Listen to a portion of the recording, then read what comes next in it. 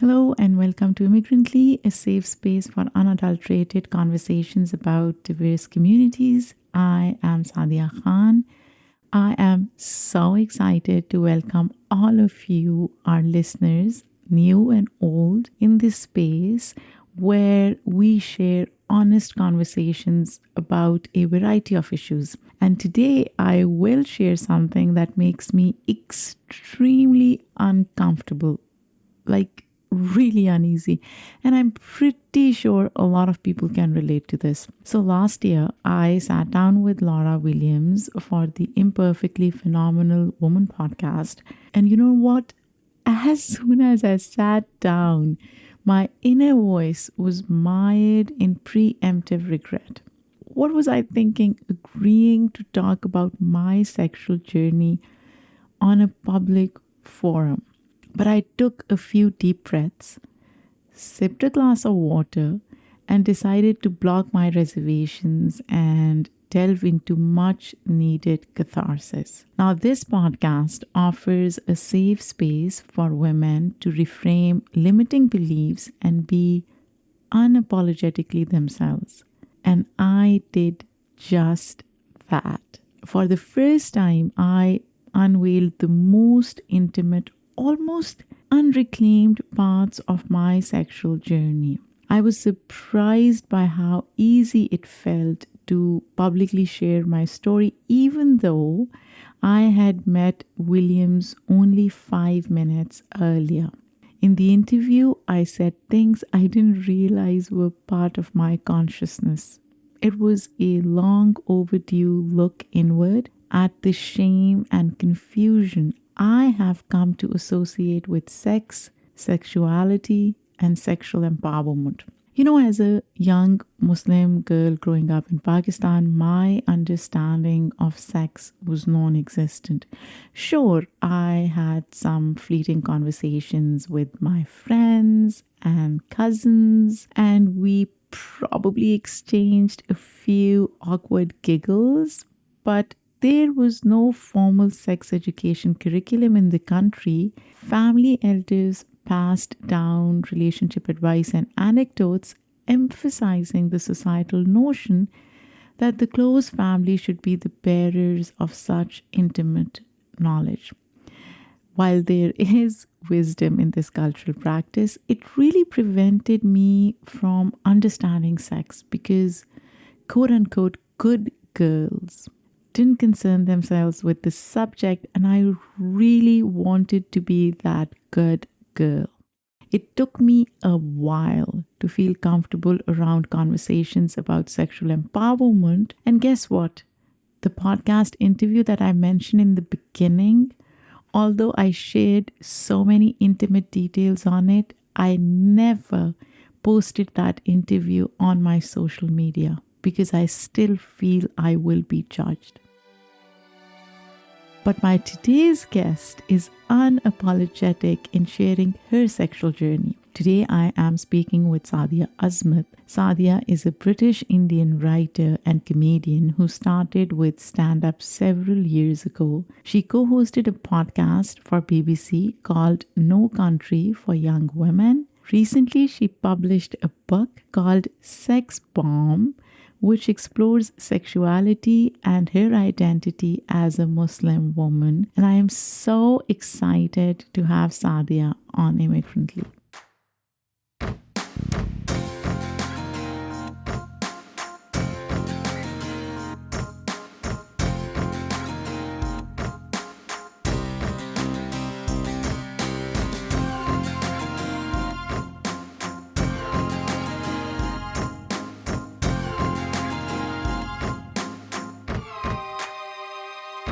Wow, Sadia, I'm so excited to have you here. And it is going to be funny because my name is Sadia and your name is Sadia, and we'll be calling each other Sadia. Interesting. We don't know if we're talking to ourselves or to the other person. Yes. Oh my gosh.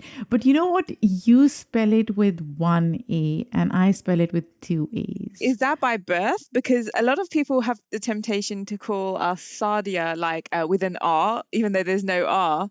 So is that just how your parents named it, or? I think that's how my father named it. He's very particular about spellings and his English. He's really proud of his English. So maybe that's why. I don't know. Your English is beautiful as well. I was going to ask you, what's the meaning of your name? And I know that sounds stupid, but I wanted to ask you before I tell you what I think the meaning is. I really don't know. Oh my God, you don't know. That's such an Asian thing. Like, we really always ask a meaning of names. Anyway, maybe it's not an Asian thing, but I believe Sadia means good luck. Oh, really? I Oh my believe, but gosh. I'm not sure that's correct based on life events. I need plenty of good luck.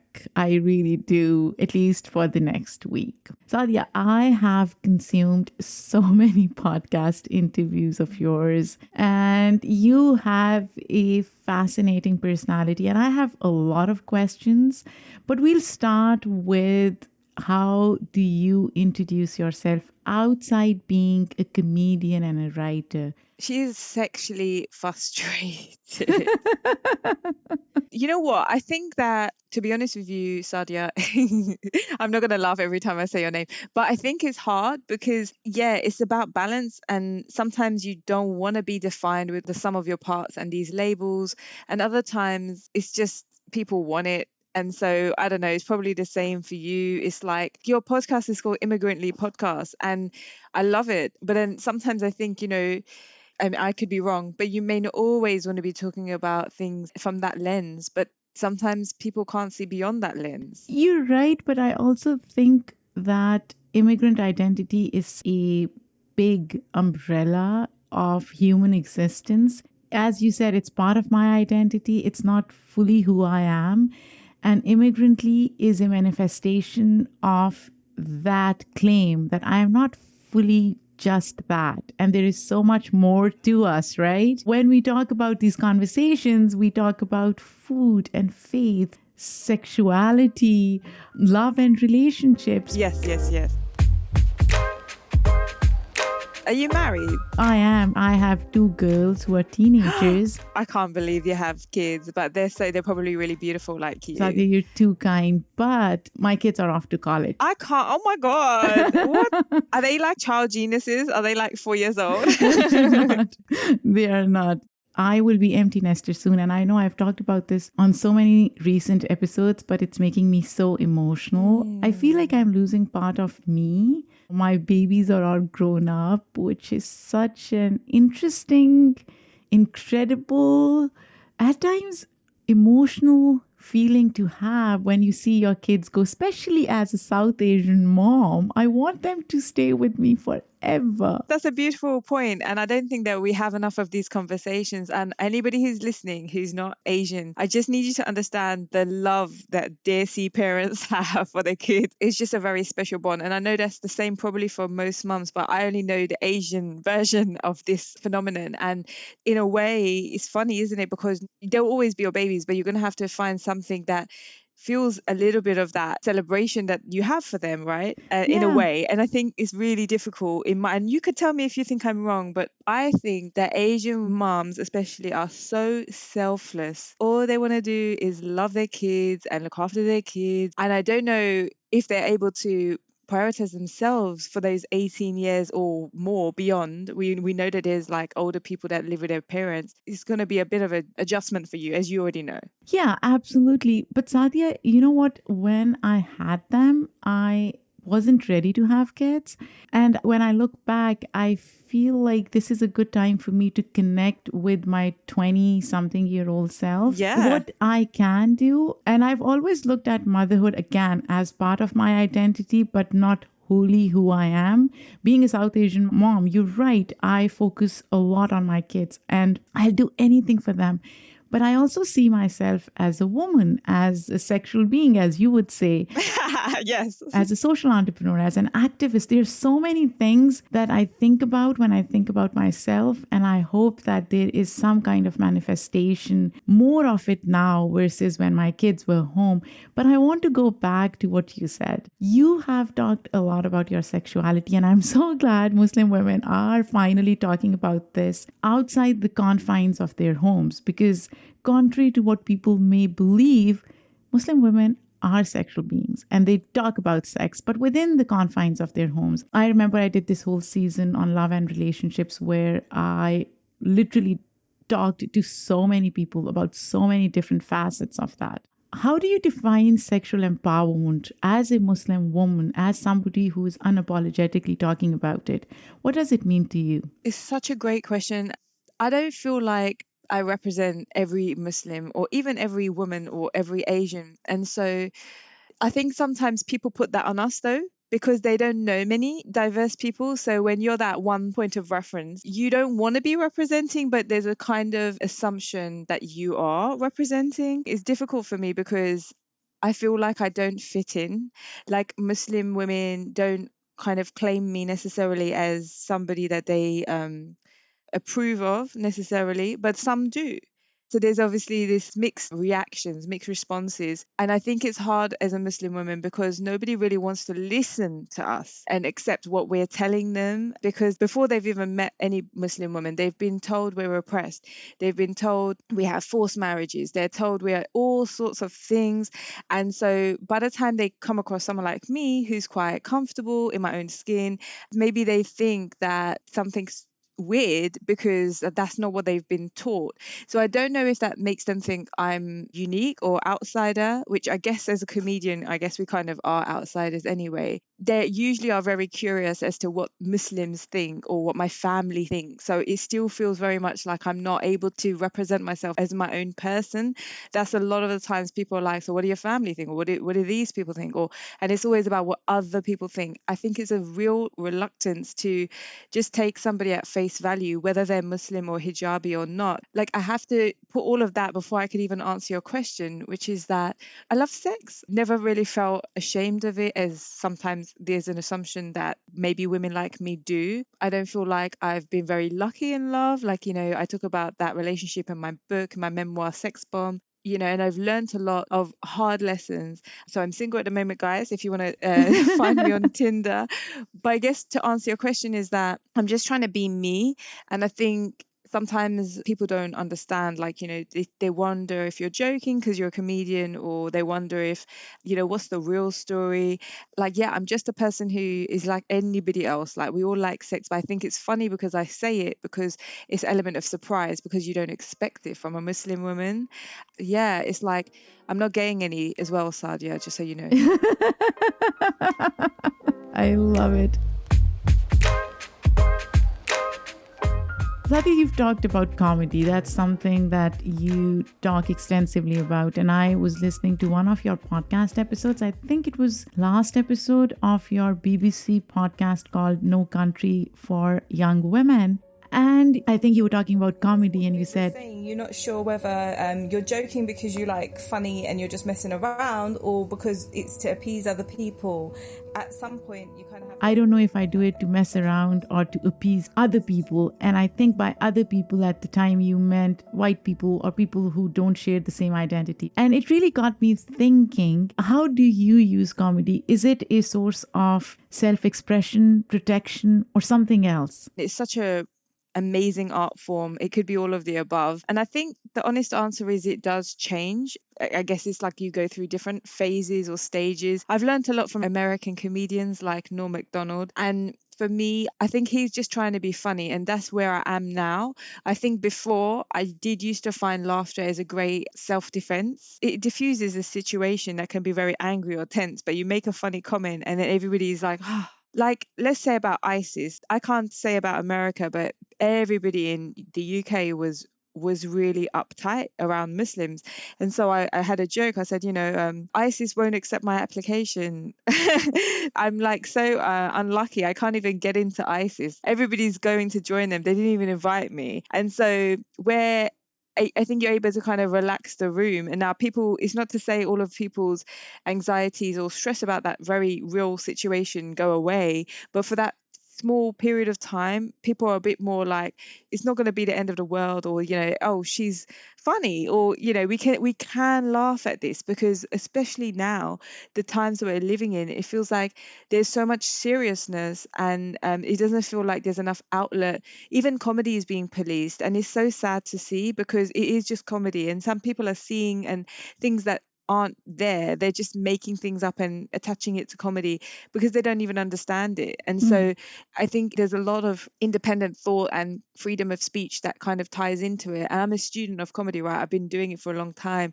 It kind of makes you feel a bit freer. Like we've just come out of the COVID things where you're a little bit repressed, let's be honest, or where things are really challenging. Comedy can make you feel like there's hope.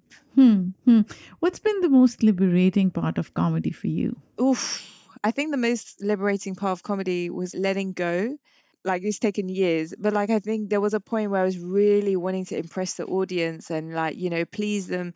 And it's the same like real world, yeah. You know, when you try too hard, it just doesn't work. It doesn't work, yeah. You know, people smell desperation.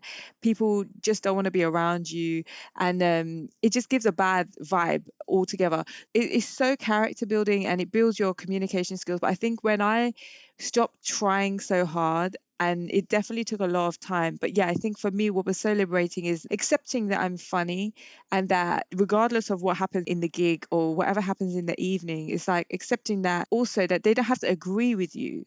You can say something really stupid, but they can laugh and then you win because you're the comedian. But we're not preachers or TED talkers. We're not here to kind of be activists as well. And I think there's so many different narratives or at play, but fundamentally we're failing if people aren't laughing. So it doesn't matter if you're moral or if you're factually correct or anything. If you can elicit laughter, you've done your job. So I think understanding comedy and relearning it was definitely very liberating. Sadia, in the context of comedy, have you ever had a reaction from people that really surprised you, something that you weren't expecting? Well, when I did do a big event for Asian women in Birmingham a few years ago, it was over 600 women, and I was talking about blowjobs, I was talking about everything, and they all laughed. And so I know that that sounds a bit obvious, but for me as a Muslim woman to be accepted by that many Asian women, it really was a turning point for me because I think for so long I didn't understand, you know, what I could and couldn't do. And basically Bill Hicks, who you probably know, he said that you're just trying to be friends with the audience, and so you know either they're going to come along with you or not. And I think there's a thing as well is that a lot of times people who go to watch comedy are white, so you know it felt like a lot of the time my fan base, if you like, were white or black, you know, non-Asian. And so it meant a lot to me when they were just able to laugh, because I think for so long Asians have not been able to laugh at themselves, especially like the material I'm doing is not very common, it's not predictable. You have to try and give it a chance. And so for me that was definitely, it meant a lot and it will always stay with me because it wasn't clean, let's put it like that.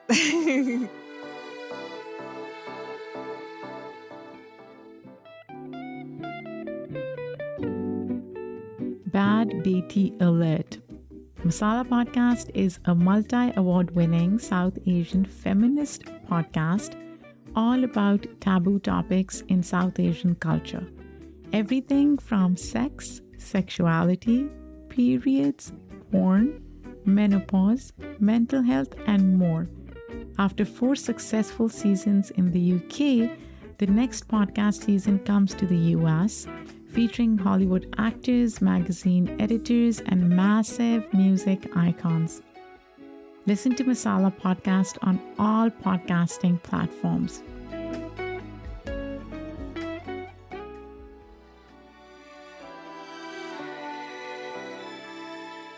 Sadia, I want to pivot a little and talk about religion. Now, you have openly talked about your relationship with your religion. I am a practicing Muslim. I believe you are too. But as 2 Muslim women, we probably approach religion very differently as well, right? Mm-hmm. Yes. That's what people need to understand. Even people within the Muslim community can be so different, and they can have such different relationships with their religion, with their identity. I was listening to one of your podcast episodes. Again, I'm a huge podcast listener as well, on top of being a podcaster. You were on Fake the Nation, and you said something about religion. Mm-hmm. Yeah, if you believe in the faith, then if there's you certain things that have just faith, you have to accept it conform as to is, or and you accept have to it. conform to it. There is no picking or choosing. And I'm rephrasing it a bit. And I'm curious to know how your religion has informed your choices. Mm-hmm. How do you see conformity with religion as part of who you are? What it is I suppose when we're younger, our relationship with religion is different to when we grow. And so I guess like also being born into Islam is a huge privilege because you don't know what it's like not to have it. So there's certain things that you just accept that you're Muslim, right? Because you're already of that faith. But as you know, our faith, which we call Iman, it fluctuates. So there's times where we can be a little looser with it, and there's times where we can be a bit more practicing, if you like, if you want to use that word or phrase. But like basically there's times where we're more conscious of our faith than Right. others. And the way that faith is meant to be is you're not meant to really deviate from it. But living in this world, and even God has acknowledged that we're not going to be sinless, because even he said, if you don't sin, I will create a new people and replace you with them who do sin, because we can ask for forgiveness. So I think it's about your choices, and God has given us free will. And I think it's you reconciling that with yourself and your faith in God. And going back to my earlier point about your own relationship with yourself, like sometimes we are self-destructive. We don't love ourselves enough, and we'll do the wrong things, and we don't even think about our higher consciousness or our higher self. And then sometimes you're more on a healing kind of part of life. You actually want to be a better person, and you want to try and beam your faith and a good image for your faith. It's really hard for it to be constant. Sadia, to your point, as a Muslim woman, the way I see my faith is A, I think Islam is an egalitarian religion. B, we don't have clergy, so I don't need to have a middle person to define my relationship with God. No. And I can choose to live a life that I believe in and have that relationship and not be judged by others, right? So for me, the way I approach it, I prioritize God's humanity over everything else. And I think the unfortunate reality is a lot of times Muslims judge each other a Yeah. lot. You're very polite. That's a nice way of putting it, Sadia.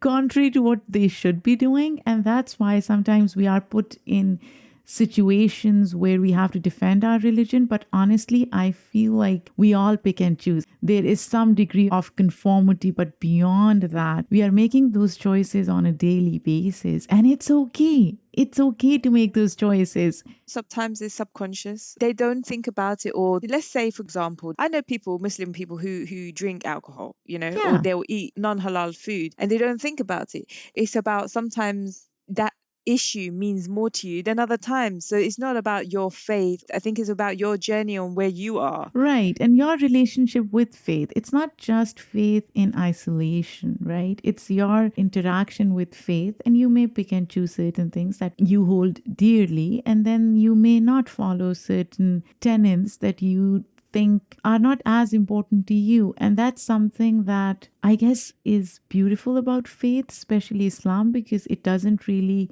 have that kind of imposition when it comes to who can dictate what you should follow. And it's between you and God. So that's how I approach it. People can always judge the outside, but they cannot judge the inside. So it's easy for people to look at me and say sex bomb, but reality, nobody knows really. Do you know what I mean? So you've got to kind of have your own moral compass, I guess, is a good way of putting it. Exactly.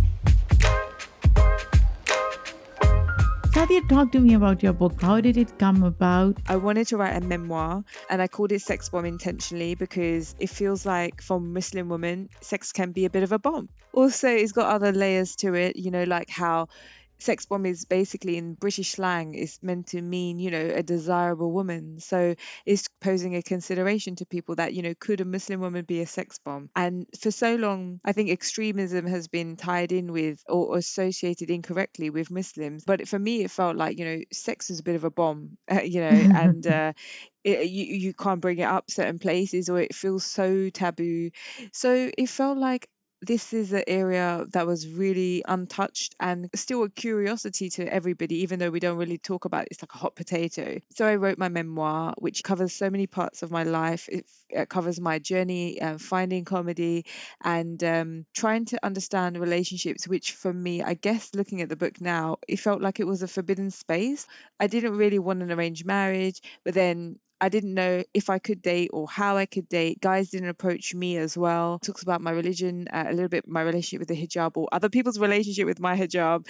this conversation about self-care is very recent. Like, I've not grown up with self-care being something that's been taught to me necessarily. Like, as an Asian woman, I think as women anyway, we're really good at being there for other people. And Right. so I think looking at the book and the journey, really wanted to kind of talk about that, so that young Asian women who read the book, or anybody else, kind of sees the importance of kind of not forgetting yourself. Sadia, what was the most challenging part of writing the book and sharing those hidden, or as you call them, forbidden parts of your identity and self? I didn't find it as challenging as I think people would expect, because I'm a Muslim woman. So a lot of people are like, oh, are you okay? Like, have you had death threats? Or, are the Muslim community angry with you?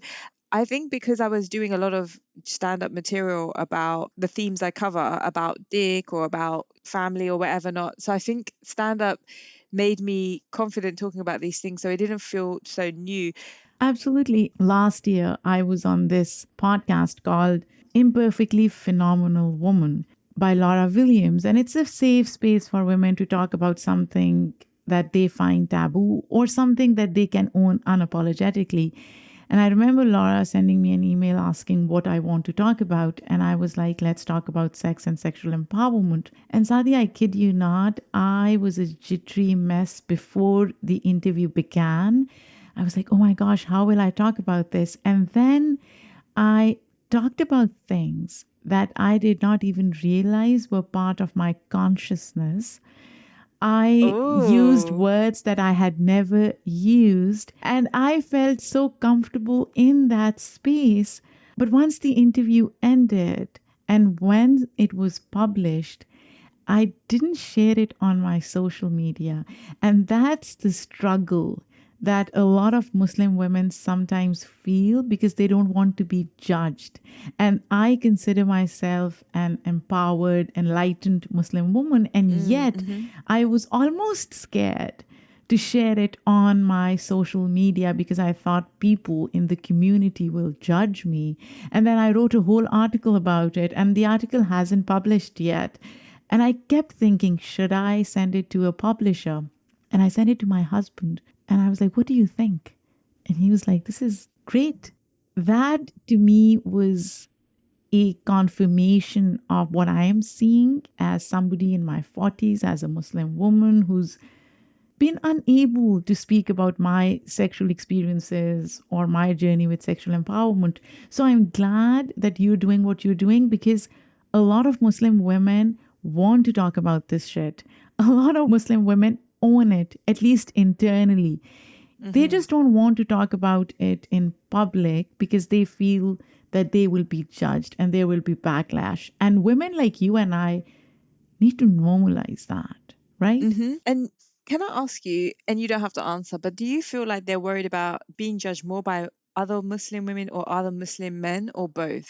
I would say other Muslim women. Thank you. And that's what has been my experience, is that a lot of Muslim women just don't have time for it. And it's funny because I don't want to throw everybody under the bus. Like, there's definitely been gigs where I've done comedy, and Asian women in general, maybe not specifically just Muslim, they come up to me and say, we're really horny. Oh my God, that was so funny.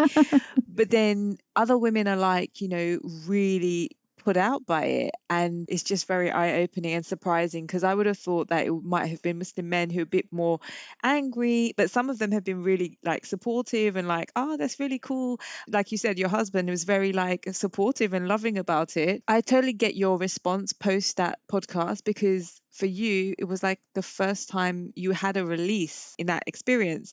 And so because it's different to your general persona and work, it's like putting your head above the parapet. That's kind of, whereas as a comedian we are constantly being stupid and dickheads. I don't know if you guys have that phrase in America, but we're constantly being idiots, or goofballs.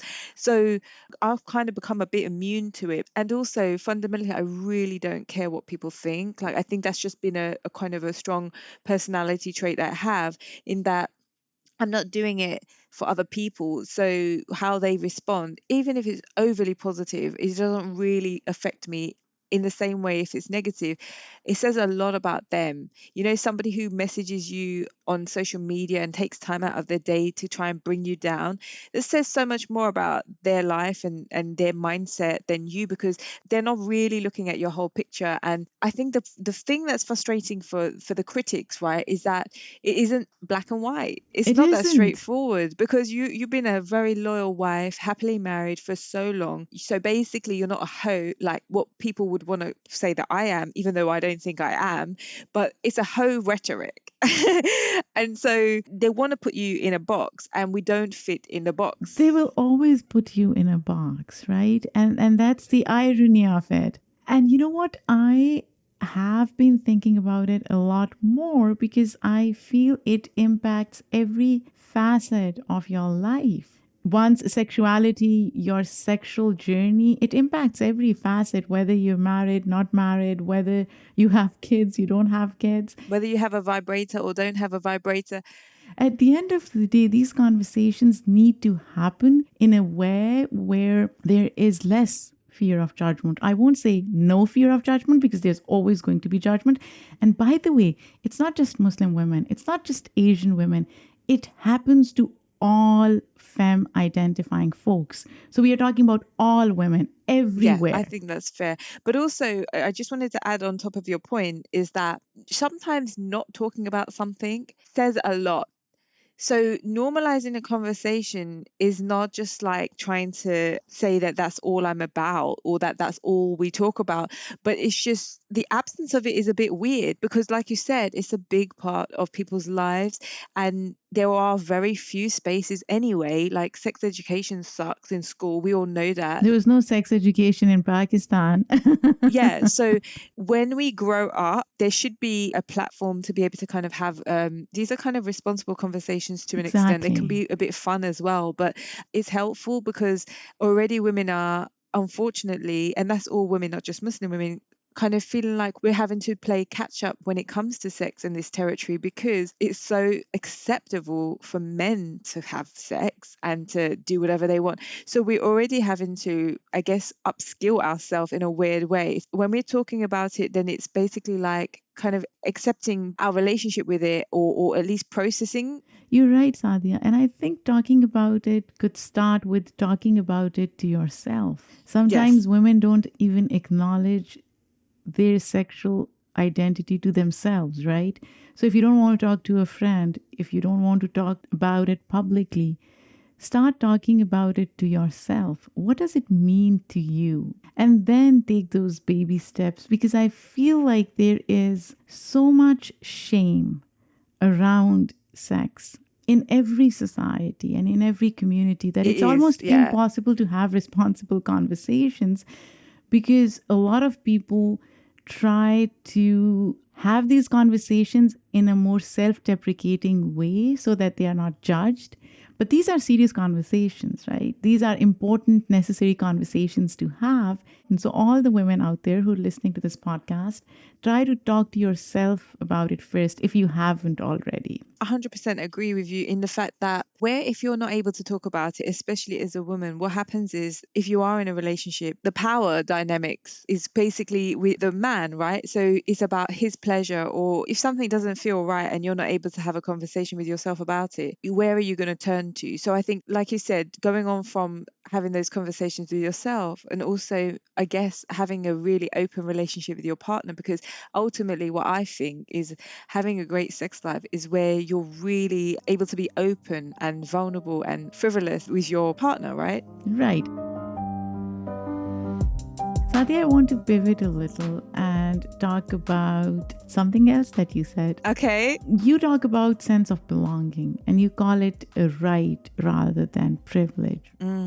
I agree with it, but I want to understand, how do you define sense of belonging? And why do you think it should be a right rather than privilege? Sense of belonging means you don't have to explain yourself to anybody. So it's unconditional. You're a human being, you're breathing, you're living. So it's not like you're being treated or considered to be an inconvenience, or that this space isn't for you, that you have to have like a special pass. So sense of belonging, you should feel settled.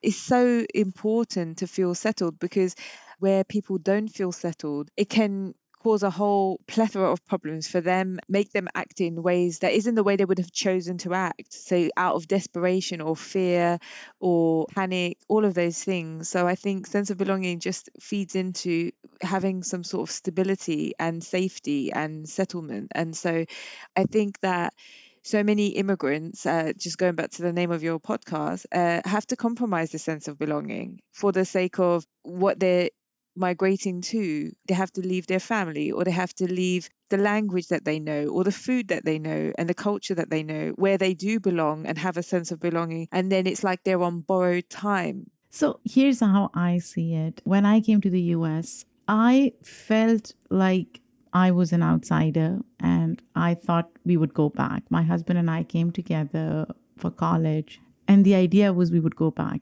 and then we didn't. For the longest time, I felt like an outsider, but now I feel like I belong. But at the same time, I don't want to give somebody else the power to define whether I belong or not. I think it's also an internal struggle. Would you agree? Yes, I think it's psychological, but there's always like an inner and outer kind of perspective. I think if your inner is strong, you can have a better sense of belonging if internally you're strong. But even if internally you're strong, if the external is being quite negative towards you, like, I mean, I'm not in America, but like I heard that there was a lot of anti-Islamic sentiment under Trump, for example. So even if your inner is strong, if the external is attacking you on one level or another, or people who look like you because they have a similar characteristic, then I think your sense of belonging is at least being attacked. And so even if it's not winning, which is great, it's kind of a reminder that we as Muslims already kind of have in our faith that we are travelers in this world. So we are able to be more resilient under these attacks and situations because of our faith, which is fantastic. But, it still hurts a little bit. I won't deny that. Because like you're American, I agree with you that you shouldn't have to prove your Americanness or your Asianness to anybody. As long as you're feeling secure, that's the main thing. But other people do always kind of try to challenge you and try to size you up, I agree, Sadia. Sadia, in the end, I am going to ask you something that I ask all my guests, but I will tweak it. I've tweaked it for other guests as well. If you were to define England in a word or a sentence, how would you do that? Oh, this is a horrible question because there's the answer I want to say. Divided. That's not as negative. I was expecting more negativity. Really? I mean, to be honest, but it's more negative than I wanted to say something positive. But as you know, with podcasting, I think it's an honest account of where you are at that moment. So if we had this conversation in a different point in time, it could be even worse, like you said, or it could be I'm loved up and so I'm going to say something really flowery. Who knows, right? Sadia, where can people find your book? I'm on Tinder, guys. No, I'm joking. So my book is already out in America now, which is so exciting. You can buy it on Amazon, or you can go to your local bookshop and they can order it for you. I'm going to be in America and in New York for 2 months. So if you want me to sign it, I will literally hand deliver it to you. Also, I'm on Instagram, so you can follow me at Sadia_Azmat. And please subscribe and listen to Immigrantly podcast, where you're going to get the best hot conversations from the lovely, sexy Sadia. Thank you, Sadia. This was so wonderful. Thank you so much. Oh, thank you.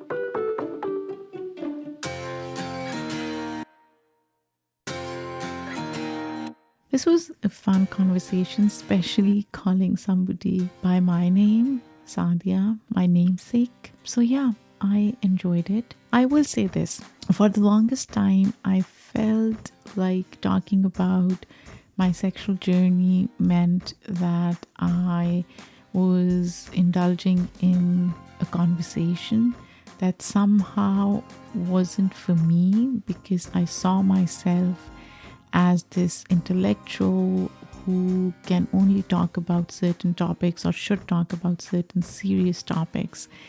And I did not bother myself with something that I thought was so taboo, or there was so much shame around it. But I have come to realize that as I accept different parts of who I am as a woman, as a human, this is part of who I am, and I should be able to talk about this in a more respectful way, in a more honest way.